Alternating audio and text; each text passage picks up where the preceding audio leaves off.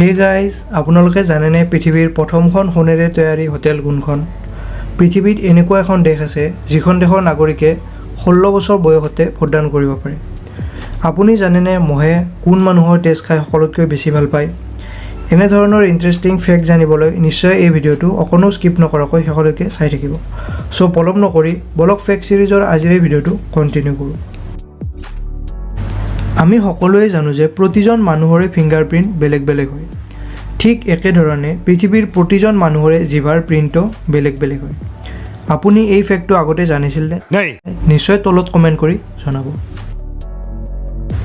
মানুহৰ শৰীৰৰ কলিজাটোৱে শৰীৰৰ বাকী সকলো পাৰ্টছবিলাকলৈ তেজ চলাচলত সহায় কৰে। কিন্তু যদিহে মানুহৰ কলিজা এটাৰ পৰা সকলোবোৰ তেজ ওলাই দিয়া হয়, তেতিয়া কলিজাটো আপুনি এই সময়ত দেখি থকা নিচিনা দেখা পাব।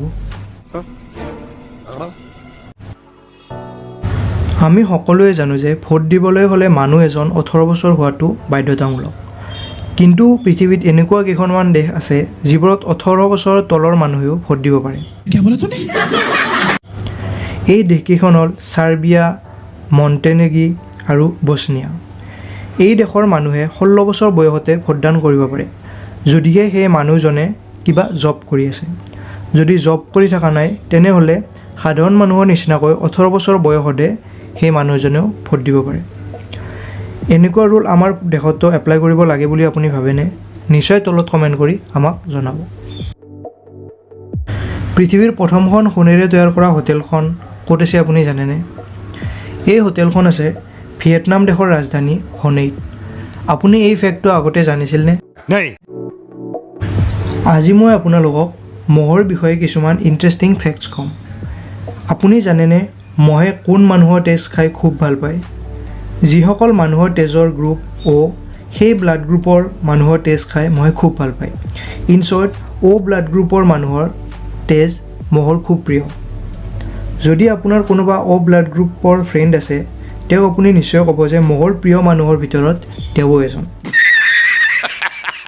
আমি মহৰ কামোৰৰ ফলত বেমাৰ হৈ মানুহ মৰা নিশ্চয় শুনিছোঁ। এটা ষ্টাডিৰ পৰা পোৱা গৈছে যে এটা বছৰত যুদ্ধত যিমান সৈনিকৰ মৃত্যু হয়, তাতকৈ বেছি মানুহৰ মৃত্যু মহৰ কামোৰৰ ফলত হয়। This is interesting. আপুনি জানেনে পৃথিৱীৰ ভিতৰত ফ্ৰান্স হ'ল একমাত্ৰ দেশ যিখন দেশত এটা মহো পোৱা নাযায়। অৰ্থাৎ মহ নথকা একমাত্ৰ দেশখন হ'ল ফ্ৰান্স। চ' আজিৰ এই ভিডিঅ'টোত এইখিনিয়ে। যদি আজিৰ ভিডিঅ'টো চাই ভাল লাগিল নিশ্চয় ভিডিঅ'টো লাইক কৰিব আৰু আপোনাৰ ফ্ৰেণ্ডছ ফেমিলি মেম্বাৰৰ লগত এই ভিডিঅ'টো শ্বেয়াৰ কৰিব আৰু তলত কমেণ্ট কৰি জনাব কোনটো ফেক্ট জানি আপোনাৰ ভাল লাগিল।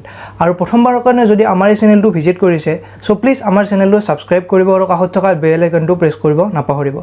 তো আকৌ লগ পাম এটা নতুন ভিডিঅ'ৰ লগত, তেতিয়ালৈ বাই বাই।